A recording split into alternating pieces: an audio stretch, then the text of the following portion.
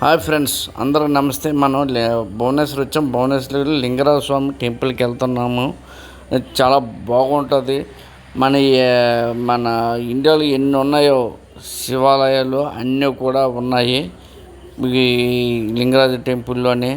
తప్పకుండా కూడా ఛానల్ చూడండి, లైక్ చేయండి, షేర్ చేయండి. Srinu talks YouTube channel. Thank you very much. Okay, మన ఈ టెంపుల్లోని ప్రతి గుడి ఉన్న దర్శనానికి చాలా అద్భుతంగా ఉంటుంది. ఫలితాలు కూడా చాలా బాగుంటుంది. మీరు భువనేశ్వర్ రైల్వే స్టేషన్ దిగి నుంచి అక్కడి నుంచి ఆటో ఎక్కినా సరే 100 రూపాయలు తీసుకుంటారు. లేకపోతే అక్కడ గేట్ నెంబర్ 1కి వెళ్ళిపోవాలి. రైల్వే స్టేషన్ 1కి వెళ్ళిపోతే బస్ స్టాండ్ ఉన్నది. బస్ స్టాండ్ నుంచి అయితే 10 రూపాయలు. ఓకే, లింగరాజు టెంపుల్కి బస్సు ఉంది. పావుగంటకి అరగంట కూడా బస్సు ఉంది. ఓకే, అందరూ కూడా నా ఛానల్ లైక్ చేయండి, షేర్ చేయండి. Srinu talks YouTube channel. Thank you very much. Bhuvaneswaram old city, new city మొత్తం 700 శివాలయాలు ఉన్నాయి. మనం ఓల్డ్ సిటీకి వస్తున్నాం, లింగరాజు టెంపుల్కి. అక్కడే 300 శివాలయాలు ఉన్నవి. తప్పకుండా ఈ ఆలయము 7వ శతాబ్దంలో ఉండొచ్చని చరిత్రకారులు అంటున్నారు. తర్వాత ఈ ఆలయం 11వ శతాబ్దం నాటి ఆలయం కొంతమంది అంటున్నారు. దీని సోమ వంశీ రాజవంశులు ఈ చెందిన వాళ్ళే పరిపాలించేవారు. ఈ రాజు మయంతికేశ్వరి అనే నిర్మించారు ఈ చరిత్ర చెబుతుంది. అయితే ఈ ఆలయం ప్రకారం శివలింగం అనేది స్వయంగా ఏర్పడినది అనే భక్తులు నమ్ముతున్నారు. అక్కడ పెద్ద మర్రి చెట్టు కింద ఉన్నది. ఆ చెట్టు కింద నుంచి వచ్చిందంట శివాలయము. అంటే ఇది నిర్మించబడింది కాదు, స్వయంగా ఏర్పడినదే శివలింగం. ఈ భువనేశ్వర లింగరాజు లింగం అంటారు. ఈ ఆలయంలో ప్రధాన దేవుడు లింగరాజ అంటారు.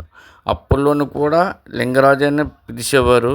ఇప్పుడు 6వ శతాబ్దం నుంచి అలా భగవంతుడికి భక్తులకి మధ్యనున్నది పద్మశ్రీ అగరబత్తి వాడండి.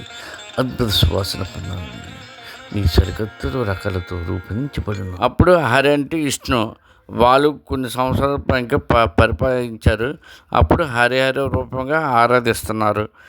హరి అంటే విష్ణు, హర అంటే శివుడు. కాబట్టి ఆలయంలో శివుడు మరియు విష్ణును 2 కలిసినగా పూజిస్తుంది. ఇది చాలా అరుదైన విషయము. ఈ ఆలయంలోనే కళింగ శైలిలో నిర్మించబడ్డది. ఇది ఒడిశా ఆలయంలో ప్రత్యేక నిర్మాణ పద్ధతి. మొత్తం 4 భాగాలుగా ఉంటుంది. 1 విమాన గర్భగృహం మీద ఉన్న వైకుంఠం, 2 జగన్మోహిని సంభావన మందిరము, 3 నాట్య మందిరం, నాట్య కళ కోసం, భోగి మండపం, నైవేద్యం సమర్పించే ప్రదేశం. ప్రధాన గోపురం ఎత్తు 55 మీటర్లు 180 అడుగులు ఉంటుంది.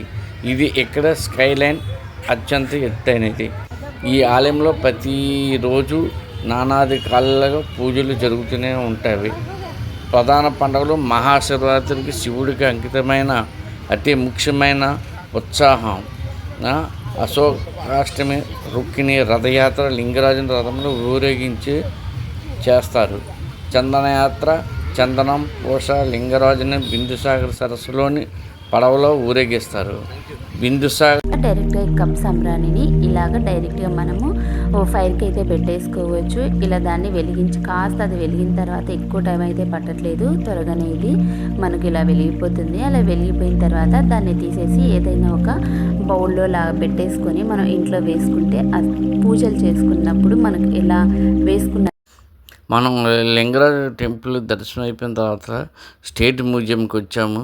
స్టేట్ మ్యూజియంలోని కళింగరాజులో జరిగిన స్టోరీ అంతా కూడా, యుద్ధకళ నైపుణ్యం అంతా కూడా ఇలా ఉంది. చాలా బాగుంది అంతా కూడా. ఇక్కడ ఇవన్నీ కూడా అప్పుడు ఏనుగులు విపరీతంగా ఉండేవి. అడవులు పెద్ద పెద్ద అడవులు ఉండేవి, ఏనుగులు విపరీతంగా ఉండేవి. ఈ దంతాలేటి అన్నీ కూడా బొమ్మలేటి అన్నీ కూడా ఏనుగు దంతాలతోనే చేసినవే. ఏవి చెక్కతో కాదు. ఇప్పుడు కూడా చెక్కు చదలు అలాగే ఉన్నాయి అన్నీ. చూడండి, ఈ బొమ్మలన్నీ చూడండి, మోహిని బొమ్మలు రకరకాల రూపాలతోనూ కూడా గీశారు. ఇక్కడ అప్పుడు పరిపాలనలోనూ కాయిన్స్ ఉండేవి, అప్పుల్లో డబ్బులు అవి చూడండి ఎలా ఉన్నాయో వాటి మీద బొమ్మలు కూడా వేశారు. అప్పుల్లోని ఇవే డబ్బులు ఉపయోగించారు. ఆ బొమ్మలు ఇవన్నీ చూడండి చాలా బాగుంది అంతా కూడా.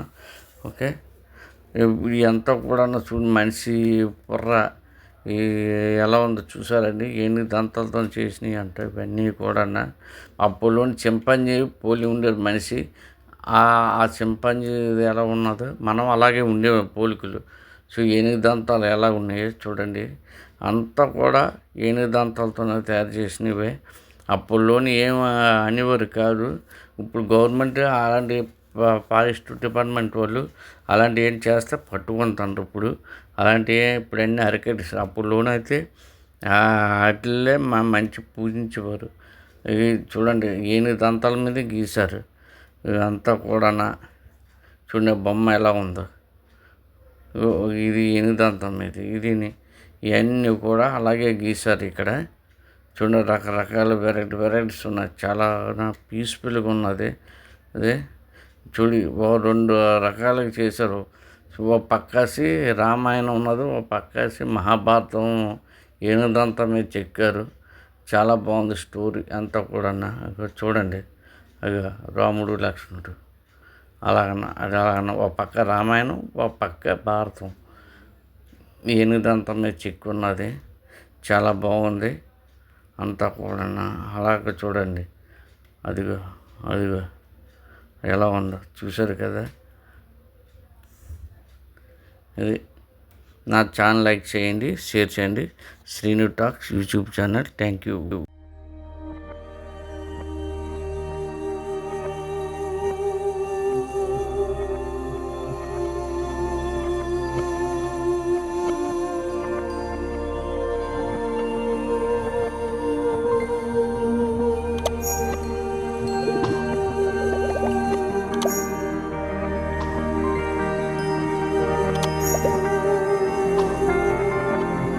ఇప్పుడు ప్లాట్ఫామ్ 1కి వచ్చాను.